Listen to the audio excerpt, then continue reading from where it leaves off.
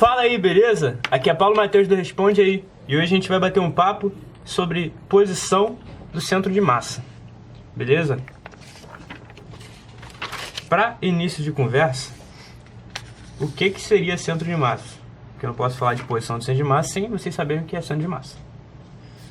O centro de massa é o ponto onde nós podemos concentrar toda a massa de um corpo e tratá-lo como uma partícula. E a gente, apesar de vocês talvez não conhecerem esse conceito, não terem nunca ouvido falar, a gente já usa isso há um tempo.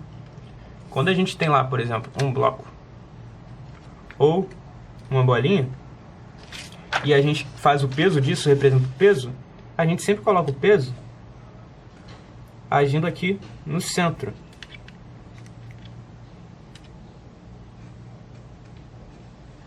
Certo? A gente está acostumado a fazer isso, porque esse daqui seria o centro de massa. A gente está tratando como se aqui no centro desse bloquinho tivesse concentrado toda a massa dele, e aí o peso fosse aplicado aqui. A mesma coisa para um círculo, beleza?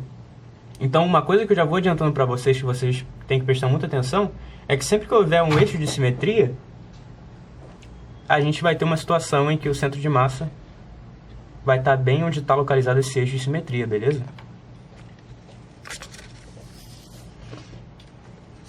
E bem, quanto ao cálculo da posição do centro de massa. A posição do centro de massa, que a gente chama de RCM, o vetor RCM, ele é a média ponderada da posição dos objetos no sistema, na qual os pesos, isso daqui não é peso da força-peso, mas sim o peso que a gente vai usar na média ponderada, de um modo geral, serão as massas dos objetos.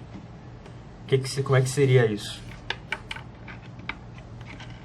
Aqui, média ponderada das posições, então eu tenho R1 multiplicado pelo peso, pela massa 1, que vai ser o peso da média, beleza?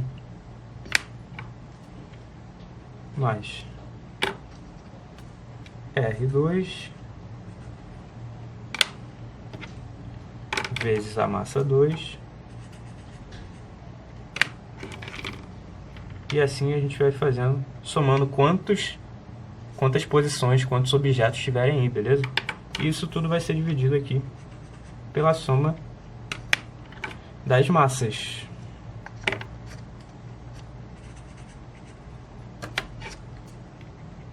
Beleza? Com essa formulinha a gente acha a posição do centro de massa. E bem, como eu falei, e a gente sabe que a posição é um vetor, a gente pode considerar as componentes, pode fazer o cálculo de cada componente. A gente vai fazer isso, beleza? Então aí, se eu tenho essa formulinha aí e eu quiser ver as componentes, eu tenho que o x do centro de massa vai ser x1 m1 mais x2 m2 mais x3 m3, e aí quantas massas tiverem aí, mais a soma de todas as massas. Então aqui embaixo o que tem de fato aqui é a massa total do sistema, beleza? E a mesma coisa para o y. Tranquilo?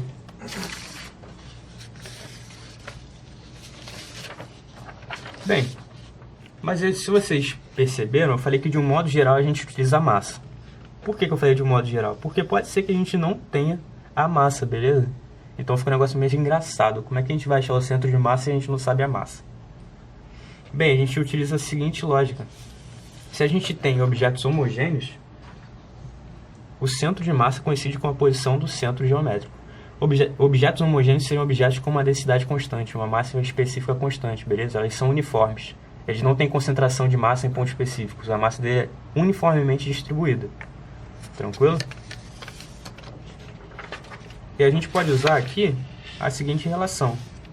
A massa de um corpo uniforme, como eu falei, ela é dada por ρ, que é a densidade do corpo, vezes o seu volume. Beleza? E bem, a gente sabe que volume é a área vezes comprimento. Se o ρ é uma constante, certo? Porque a massa dele é uniformemente distribuída, o que vai discriminar para a gente aqui alguma relação com a massa vai ser a área ou o comprimento. Então a gente pode afirmar que a massa é diretamente proporcional à área ou ao comprimento de um objeto. Tá, e você está falando isso tudo para quê, filho? A gente tendo isso em mãos, se a gente tiver, por exemplo, um sistema de fios, a gente vai ter isso. A gente pode usar o comprimento aqui, beleza? no lugar da massa, porque a massa vai ter uma relação de proporcionalidade diretamente proporcional com o comprimento. Se a gente tiver aqui, como eu já deixei escapar aqui embaixo, um sistema de chapas, que é algo em 2D, a gente agora está tratando de área. A gente pode usar a proporcionalidade com a área, tranquilo? Então não necessariamente a gente vai precisar da massa para ver esse tipo de situação. A gente pode usar outras coisas. Bem, e uma nova treta, porque na física tudo se baseia em tornar as coisas mais difíceis, beleza? A gente pode ter um corpo que tem furo. Como é que a gente age nesse caso? Eu tenho aqui um corpo que ele tem um furo, beleza? A gente analisa ele com duas coisas. Um corpo sem furo e aí um corpo que a gente chama de massa ausente, beleza? Como se fosse uma massa negativa. Então, a posição do centro de massa dele fica a posição aqui dessa massa original, que a gente chama, essa massa total, que ela é positiva, mas a posição da massa ausente, que seria uma massa que a gente vai, na verdade, subtrair, tranquilo? Que vai ter um valor negativo. Beleza? E aí, por último, uma observação muito importante é o seguinte. A gente precisa lembrar que o centro de massa, ele é um ponto fictício, beleza? Que a gente usa para analisar o sistema como uma partícula. Sendo um ponto fictício, o centro de massa pode ser fora do corpo. Isso pode parecer meio absurdo, mas assim que você pegar exercícios de centro de massa para fazer, você vai constatar isso.